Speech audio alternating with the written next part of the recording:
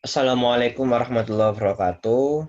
Saya perwakilan dari kelompok 3 sebagai pembicara di presentasi hari ini ingin eh, mempresentasikan hasil kerja kelompok kami yang berjudul Asas-asas Pengembangan Kurikulum Pendidikan Agama Islam.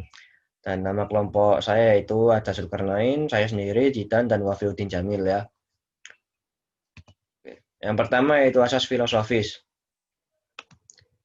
Asas filosofis dalam penyusunan kurikulum berarti dalam hendaknya berdasar dan terarah pada falsafah bangsa yang dianut. Falsafah atau filsafat berasal dari bahasa Yunani, Yunani yang berarti filosofis, philos, philen, yang berarti cinta, pecinta, mencintai. Sedang Sofia berarti kebijaksanaan, kearifan, nikmat, hakikat, dan kebenaran. Jadi asas filosofis berkenaan dengan tujuan pendidikan yang sesuai dengan filsafat negara.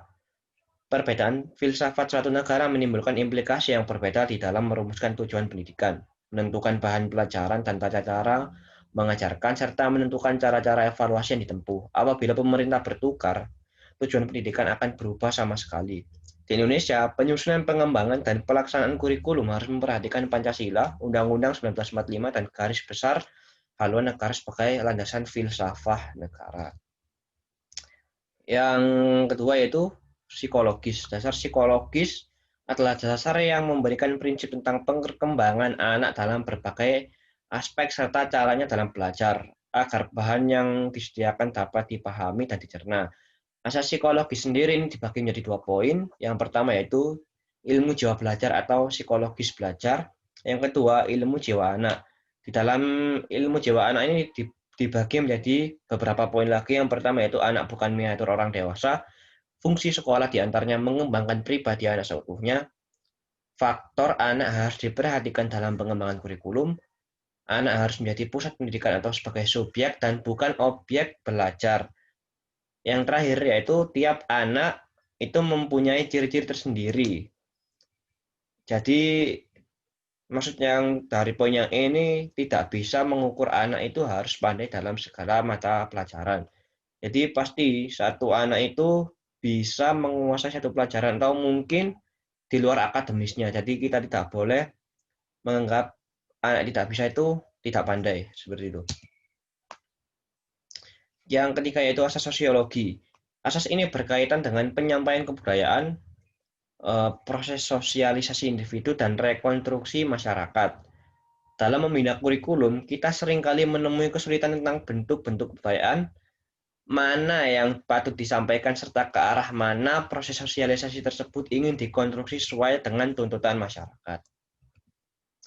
Yang ke asas organisasi, asas ini mengenai bentuk penyajian bahan pelajaran, yakni organisasi kurikulum. Ilmu jiwa asosiasi yang menganggap bahwa keseluruhan jumlah sebagai kurikulum merupakan mata pelajaran yang terpisah-pisah, yang mempunyai keuntungan dan juga kelemahan. Ada 3 kemungkinan tipe kurikulum. Yang pertama yaitu separated subject kurikulum, correlated kurikulum, yang ketiga yaitu integrated kurikulum. Nah, jadi kesimpulan dari presentasi hari ini yaitu asas pengembangan kurikulum yaitu terbagi menjadi 4 bagian. Yang pertama asas filosofis, psikologis, sosiologis, dan organisasi. Dan mohon maaf ini typo ya, yang poin keempat. Jadi terima kasih atas perhatian dan waktunya telah melihat presentasi kelompok kami hari ini. Apabila ada yang ditanyakan silakan komentar di bawah.